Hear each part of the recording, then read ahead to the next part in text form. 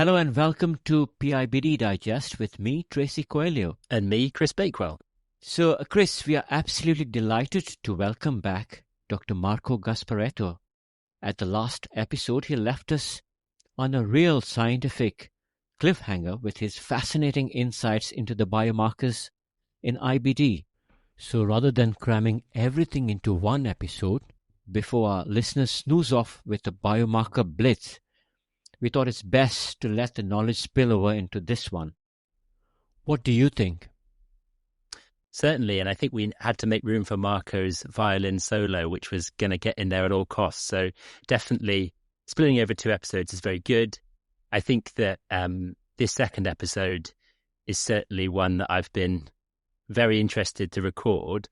I was just explaining before the call started that my knowledge of this topic, which is AI in pediatric IBD, and specifically on the subject of looking for new and novel biomarkers and prediction models, is certainly limited. And so I will play the role of village idiot. I am the everyman, and everything that gets said has to go through me. So I will try for the listeners to make sure it's very simple.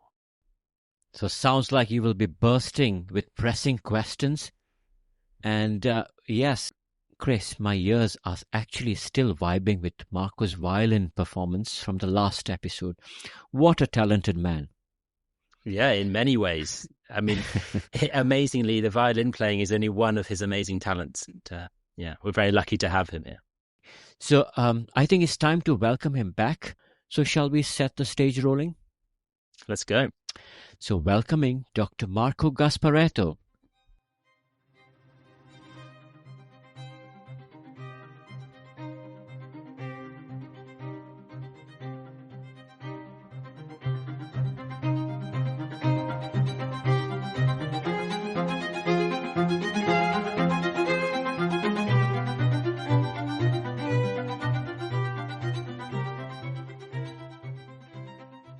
Welcome back, Marco, on the show. It's now Chris's turn to give you a warm Italian welcome.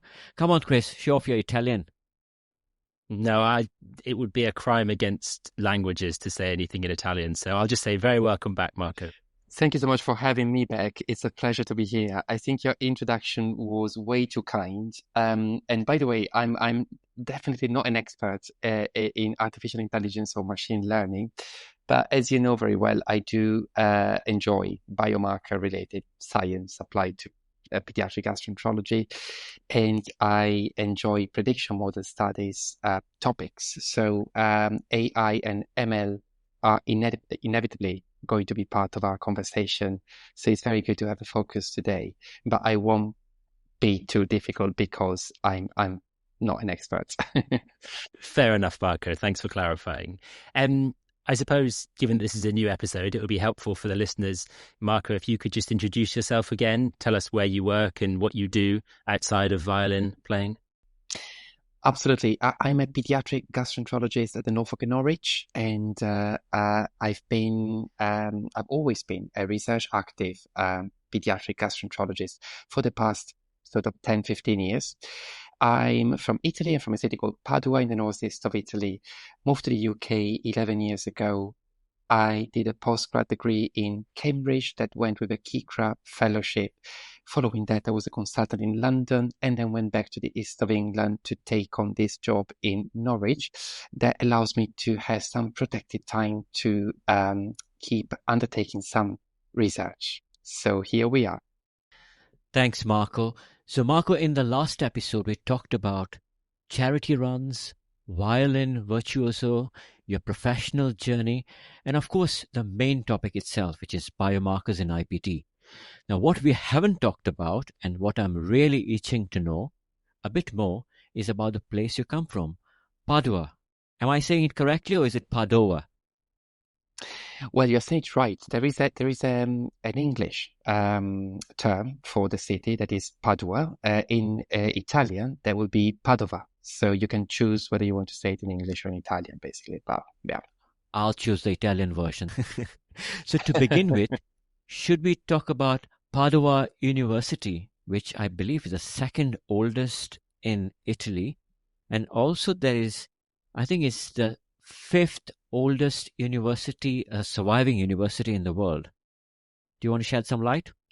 You're very right. Yeah. So it's a very ancient university. It was founded in 1122. So it's the second oldest in Italy after Bologna. That's the alma mater. So it's the first university, ever funded. Yes, Padua is a very historical place. It's a lovely city. I think, tourists tend to go to Venice, which is very close. Sometimes they will go to Verona, which is beautiful. And Padua is in between Venice and Verona.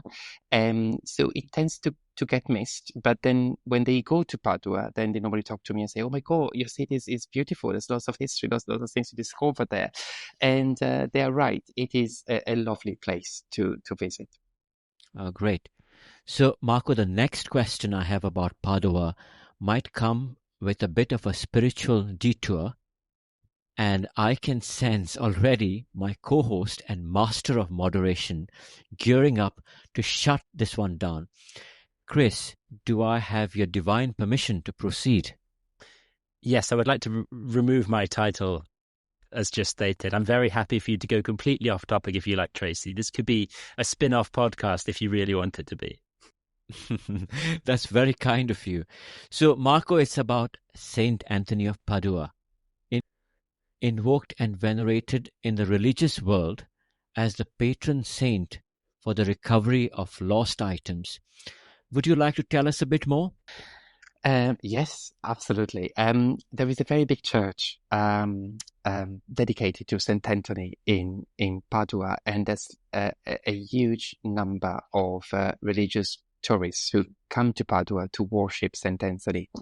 He's not the patron of Padua, I believe, but it's a very important saint, and very well known across Italy, but also well outside Italy. I think worldwide people will be aware of Saint Anthony of Padua.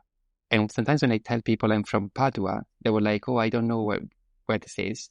But then they take a pause and they're like, oh my God, St. Anthony of Padua. Then they will, realize that they actually know of Padua. So, yeah, it's very important. Actually, St. Anthony was not from Padua. It was from Lisbon. It was from Portugal, but it traveled a very long way in those years, in the medieval time to go all the way to Padua. And it then died just outside Padua and is now, buried in this main church in the city center of Padua. So yeah, it's another very interesting place to visit. There's lots of art and architecture interest around the religious reason why people would go there and worship the saint. And one last thing that I want to say is Padua is known locally for being the city of the three without. And one of these three without is the saint without a name.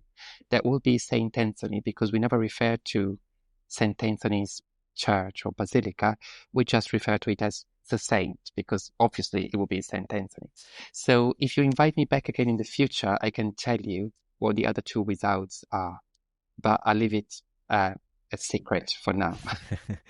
I will tell you about my connection to Padua. If you may not be aware, but my middle name is actually Antonio. So, Chris, are you okay for me to continue? Please do, yeah. I couldn't stop you if I tried. So, Marco, I was born on the day that we have this great feast of Saint Anthony in Lisbon, which is the 13th of June. So, and I think that's how I ended up having my middle name, which I believe is a sign from above.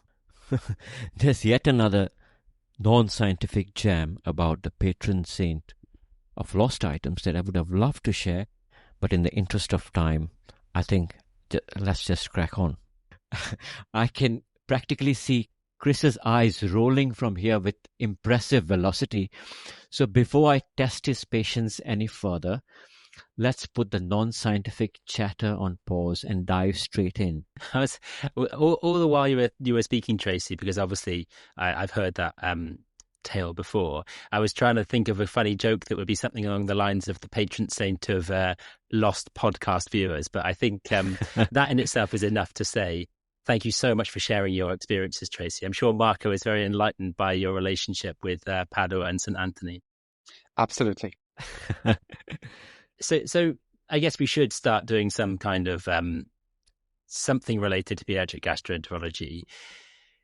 And this episode is about artificial intelligence, Padua, and machine learning. And when you talk about those concepts, those are very big words to throw around, and lots of people will have heard the first term, artificial intelligence or AI. Some people have heard the phrase or term machine learning and even maybe neural networks. I suppose before we start, is it possible for Marco, if you could just introduce those concepts of what is AI, and then below that, what we talk about when we say machine learning? Absolutely. So AI is the capability of computational systems to perform tasks that are typically performed or associated with human intelligence. So we're talking about learning, we're talking about problem solving, perception, decision making. So it's, the ability of using computational science to do that as opposed to using human brain. Machine learning is the use and development of computer systems that are able to learn and adapt without following specific instructions. They use algorithms and basically they work through pattern recognition. So you have a data set with very complex heterogeneous data, but the more an ML system is exposed to a number of data sets, the more it will be able to recognize recurrent patterns or similar patterns. So there's a lot about training a system and then testing a system. So you train a system on an initial data set, for example, and then you want your model, you want your ML-based tool to be able to recognize similar patterns in a different, separate data set. So on the previous podcast, we were talking about validation. And of course, technology, as this that we're discussing today, is particularly helpful to basically reapply a model onto a separate data set when you need to validate scientific findings, particularly if the data is large, complex, and requires computational aid, because the human brain would not be able to face that individually, independently. I hope this is an okay definition. Perfect. Yeah. And so I guess what we're saying is that machine learning, as you've explained it very nicely, is artificial intelligence. It's an area of artificial intelligence as an overarching umbrella term. And then broadly speaking, in the context of gastroenterology and specifically IBD, I'm sure mostly adult IBD, what would you say is really changing with the oncoming wave of artificial intelligence and machine learning? Is there anything that's already taking place? Well, I think, I see a little part of that, because if you think about it, AI or machine learning based technology is used by us probably every day as we use our smartphones. If we do sports and we record data, we've got such a huge amount of data that can be sent, can be processed. And when we interact with platforms, we are all aware of ChatGPT. These are all aspects of the big umbrella that is artificial intelligence. But in my specific research field or experience, it's really helpful to basically approach complex big data sets that we do need to analyze when we are trying to understand partly non-understood conditions like IBD. So when we're dealing with a multifactorial complex condition, we don't really know what causes IBD. We understand many mechanisms, but we don't have one single cause that explains the condition entirely. Like we discussed previously, many times we use a multi-omics approach. So we really want to dissect the data that we can get from the patient's tissues or cells, and we look separately at genomics, transcriptomics, proteomics, microbiota, and it's very challenging. It can be very challenging to analyze these complex data sets, to combine them together, and most importantly, to match them with clinical data. And this is where an automated tool or system that is based on this pattern recognition, sort of AI, machine learning resource can be really helpful, because it can really aid us with data processing, data analysis, but also what is called explainable AI. It can really help us interpret what we get. if you think about it, it's like, you got all these omics and you would struggle to analyze them without help. Then you have the black box, which is the AI machine learning tool. And then you have the output.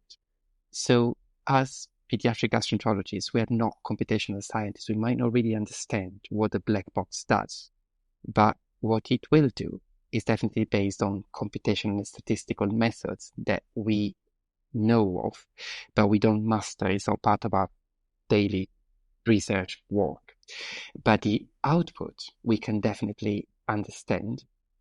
And if we don't, or we don't manage to make sense of it, AI is also able to explain to you the meaning of that output with regards to the input you wanted to test initially. So there's lots of help that you can get from AI when dealing with large, heterogeneous, complex data sets, conditions, diseases. And this is the wedge of it that I see and I'll very soon deal with in the research that I'm involved with. So I think it's very fascinating. And I think, we will embrace it more and more as we keep doing the research we are doing. Marco, what you're alluding to, input and output, leads to my next question. Now, in the context of machine learning, we have these terms supervised and unsupervised machine learning. Can you elaborate on this, please? I can. I need to find a way to make it simple. But basically, the definition of supervised or unsupervised machine learning depends on the type of data that you're using. If your data is labeled, which means each data point has a meaning, and the system knows what the data points mean, what they are. For example, say it's genetics, so you got a gene name, or it's transcriptomics, so you got an RNA amount for the specific gene, and then you input the data, your tool, machine learning tool, will process the data, and the system will be able to give you an interpretation of the outcomes because it will know what the data meant. If your data is non-labeled, so you got data and you don't know what it is, the system doesn't know what it is, it's just data, it's just a distribution of something. Of course, the system will be able to process it and to do some pattern recognition and to group the data and find some meaning from the data, but without knowing what the labels are. So the first approach is more accurate, reliable, but it requires expertise because you need to interact with the tool and you need to add your knowledge and understanding to the interpretation that the system will provide you with. The second approach is easier, it's quicker, but it's, of course, it may not be suitable to all research purposes. I don't know, I think some of the audience, if they're colleagues or researchers, they will have dealt with unsupervised clustering. So, it doesn't matter what data set you've got. You just want to see if the data is distributed and can be organized in groups or subsets. And the function, the tool, the software, whatever you're using, will do it for you. And you will not necessarily know the labels of the data points. You look at it later to see whether those groups make sense somehow. So that's an example of unsupervised approach. I hope this makes some sense. I'm sure it definitely does. It's a great way of explaining something so complex. And I'm sure our listeners of the PIBD Digest will find it easily digestible. Yes. Yeah. So, I mean, the second term, the unsupervised learning, sounds very science fiction. And you alluded to the fact that you may not necessarily get a clinically relevant or appropriate output, but the first requires some degree of knowledge. So in terms of, you would have to understand the input a little bit more than with supervised and with unsupervised. So jumps in understanding might come more, is that right, from unsupervised, because it's then being given all this data and finding patterns that we may not have thought about before or we may not have understood before, whereas the first relies on our clinical trials, our previous data, all the stuff we think we know about a condition, say IBD or anything really, then giving that to the computer and saying, tell us a bit more about what's going on here, in again, a very layman term. That's absolutely correct. And it's really a beautiful summary. Oh, thank you very much. In terms of sort of advancing that conversation a bit further, we're talking specifically about validating prediction models. How can you validate these models once it's been generated, say, by AI, whichever way you choose to go about doing that? Does that rely on putting that into real world clinical trials or real cohorts of patients? Or can you use AI itself to externally validate in some way? And I suppose what I'm thinking about is, can you use things like biobanks and then using those kind of data sets that are already created?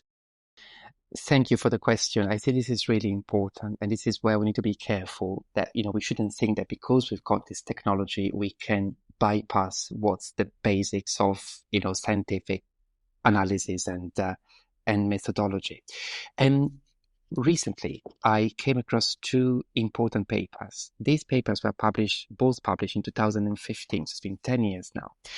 And both papers describe something called the tripod statement, which is transparent reporting of prediction model studies, basically. And I felt very guilty because I didn't really know of the existence of these papers, despite having done like a postgrad degree on this topic. But it's very helpful paper because it's basically a group of experts telling you exactly how prediction studies should be undertaken, what should not be missing when you do a prediction study, but most importantly, how they should be reported, and what should not be missing in the paper when you read about a new predictor, a new prediction model, for example. And there's a whole section about validation, and it's very helpful because there's a table describing different degrees of validation that you can use, also when you're using artificial intelligence or machine learning methods. And the type 1 of validation, which is actually not recommended, is when you have a data set, you develop a prediction model using the data set, and then you test your model on the same data set that you use to develop the model on. And that will give you a false optimistic sort of measure of how your model works. Your model works really well on the data, but if you then apply that model to external data, it will basically fail because it's only learned that pattern, that distribution. So what other options are? Of course, the step above that is the internal validation, which is you still use your model on the same data set, but you rearrange the data set through sampling techniques. So you take something out and you put something back in. And that is not external validation. So you can't draw conclusion based on that step, but it's a step that is required to make sure that your model can work on your data, which is not exactly the same data. It's a rearranged version of your data. And then as you go up, you can split your data randomly in two groups and use one group to develop, to train your model, and the other group to test your model. But this is again not recommended because you lose power. You lose statistical power. Your data will become smaller. And the step after that is to non-randomly split your data. For example, you can divide your data based on time or based on geographical place where the data was collected. And again, this is okay-ish, but it's not real external validation. And the external validation approach is when you have a complete separate data set and you just use your model on a different data set. So you want basically the same inclusion criteria, the same outcome measures, but you want a completely different data set. And there's no AI or machine learning that can create a data set for you. You need to have it. Then, AI machine learning tools can help you analyze the data, process the data, run it twice independently. And all that part will be quicker and easier. But external validation is still absolutely relevant to prediction model studies. And AI machine learning are very helpful tool that will help us do that job because we're not AI experts. We're not bioinformaticians. We can just use the tool to run our data. Does it answer your question? It does completely. And I was just thinking on that note, if there are guidelines about how you would validate these prediction studies, is there then a size of data set that you would have to use? I mean, presumably we're talking big data. So do you need to then validate that on a lot of patients in a big cohort, or can you use a small cohort to validate? No, ideally it will have to be big. And, there are some prerequisites about applying prediction models, or applying AI and machine learning based prediction models. And one of the prerequisites is your data set has to be big. So you need a large data for a pattern to be there, and then another large data set for the same pattern to be recognized. If the data is too small, then you might miss the pattern. You might not have enough size to recognize the pattern. The other parameter is heterogeneity and complexity. So you need complex data sets for AI and machine learning based prediction models to be applied to. If, for example, your question or your data set has linearity, then artificial intelligence or machine learning will not really apply very well to a linear correlation, because in nature, we hardly see any linear correlation. Normally, biology is non-linear, it's complex. So this is what's required to run an artificial intelligence-based prediction model study. So it's all these aspects together. And if you think about IBD, you've got all of them, because it's complex, it's non-linear, you need a large data set. So it does meet those prerequisites where you really want and can use these AI-based tools.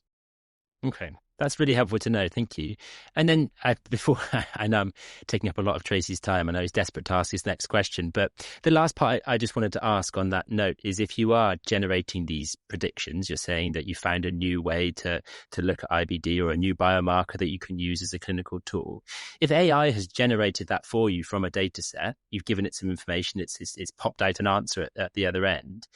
You mentioned earlier about black box. So how do you know how it got to that point? And even if you then validate it and says, yeah, it says it's valid, is there an ethical dilemma that this computer system has come up with this answer, and then if we validate it, we're then going to go to clinical trial or we're going to use it on patients? Is there something to be said for unblinding that process before using it? Excellent question. My answer is, first of all, the black box, maybe a bit less black, because if you look at what it does, it's basically based on statistical methods that we know of. It's just the complexity of the data, and the way these methods are applied is definitely beyond the human brain capability. But it's sometimes based on principal component analysis or independent component analysis or k-means clustering. So methods that we are aware of, we know what they are, is it's just the automation of the fact that the system can choose the best method for that data. And of course, as clinicians, scientists, researchers, but if we're not bioinformaticians, we're not AI experts, we'll just get the output. And then that is crucial, like we can look at the output, we can understand the output, and we can really filter the output and ask ourselves, does it make sense or not at all? If it doesn't make sense, explainable AI will explain to you why the output is what it is. But then this all goes back to the importance of externally validating your findings. So if you find something and you don't know whether it's reproducible or reliable, then you will need a separate data set to rerun your model independently. And if you find it again, of course, it's something, it's reproducible, so that there has to be a role in that output that you're observing. Thank you, Marco. Really good explanation.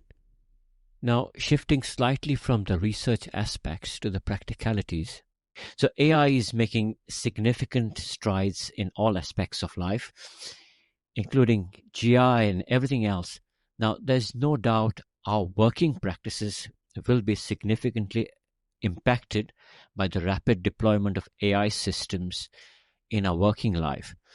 And many of us may not be familiar with some of the latest developments in this space, but I know that the BSG, British Society of Gastroenterology, they have their own task force dedicated to AI implementation in gastroenterology.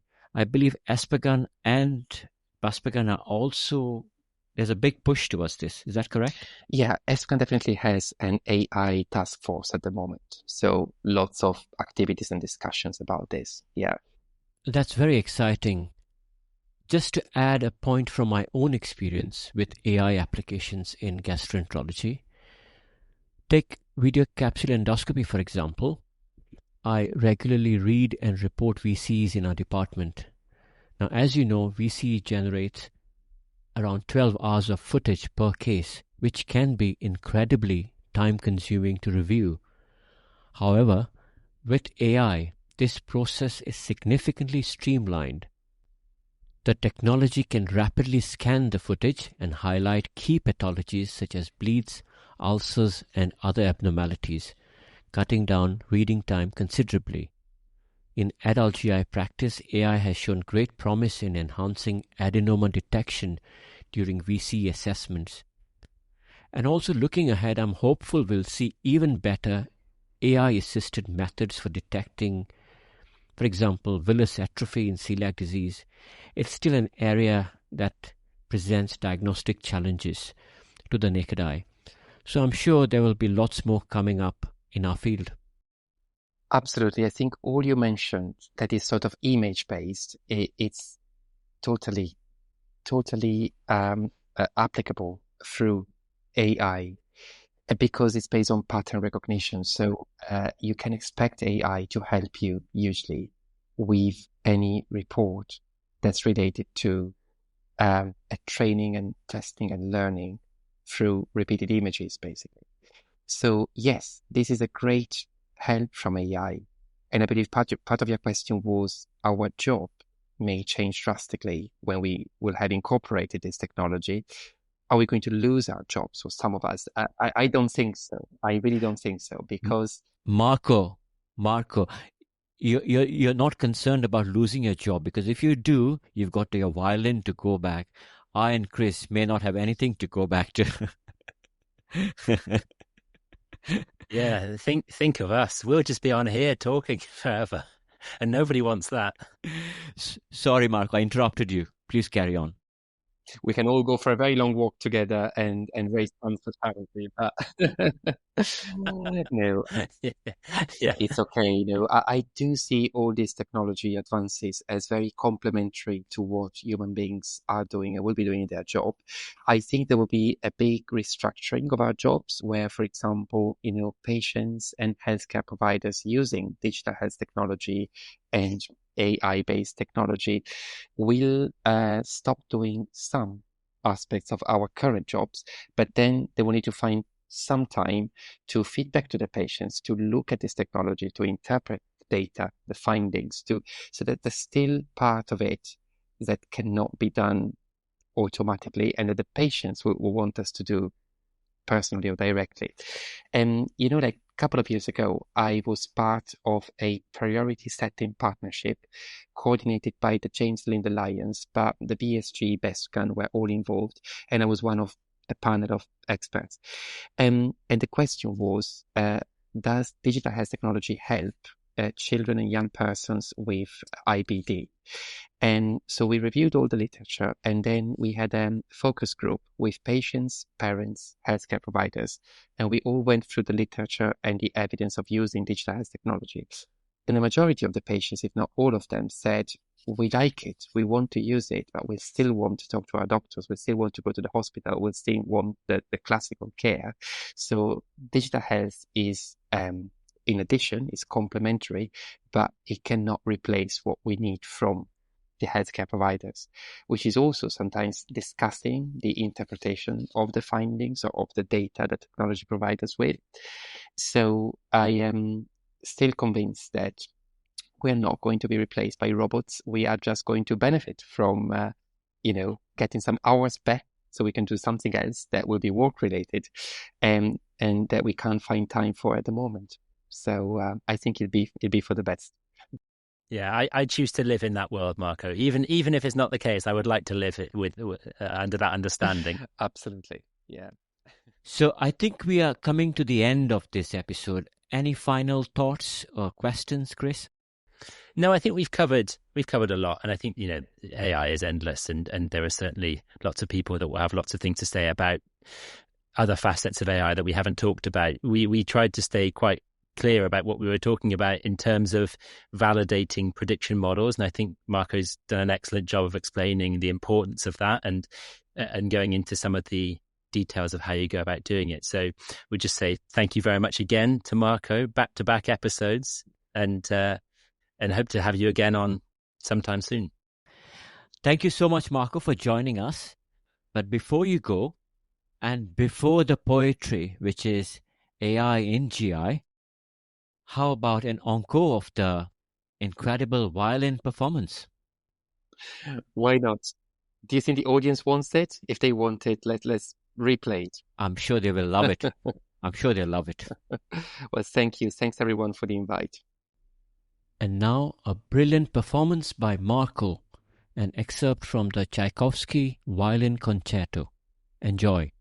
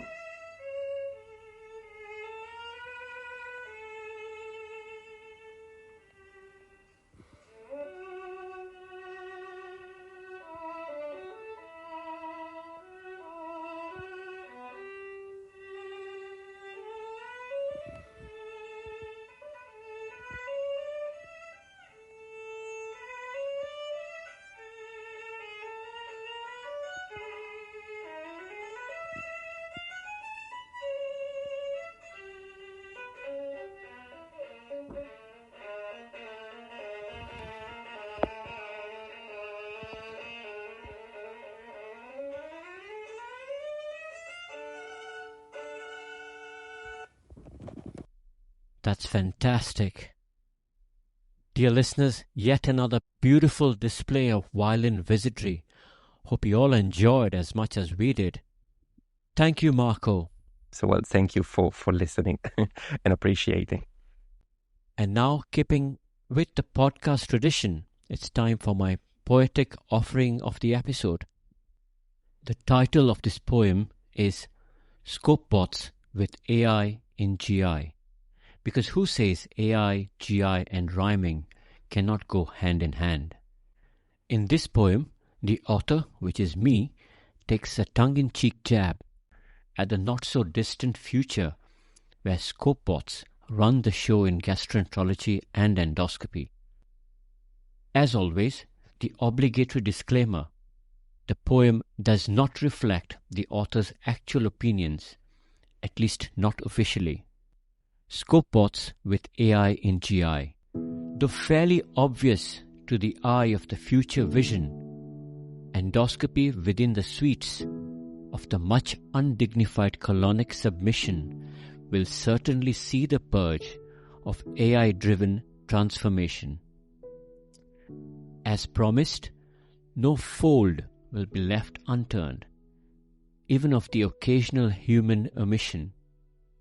In this dawning era of scopebots, these imposters with the unmatched robotic precision. And about the patients, seamless, painless will it always be? The scopebot's programmed eye, will it always outfit the finer detail that a humble endoscopist can ever see? And the vengeful bowel prep, almost brutal to the acquiescent fecal plea, which the beleaguered sphincters often fail to oversee. In these times of AI spree, will the bowel prep now cease to be?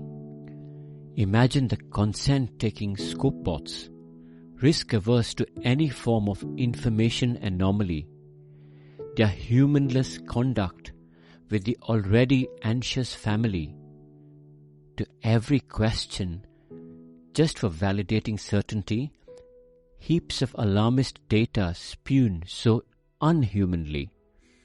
But even reactive words of robotic comfort will follow if the patient appears distressed palpably. Entranced all that we are by the magic of skills that AI offers, with the inevitable workforce squeeze that will follow, much to the delight of the dried-up government coffers. Now hold your nerve, my dear worried listeners.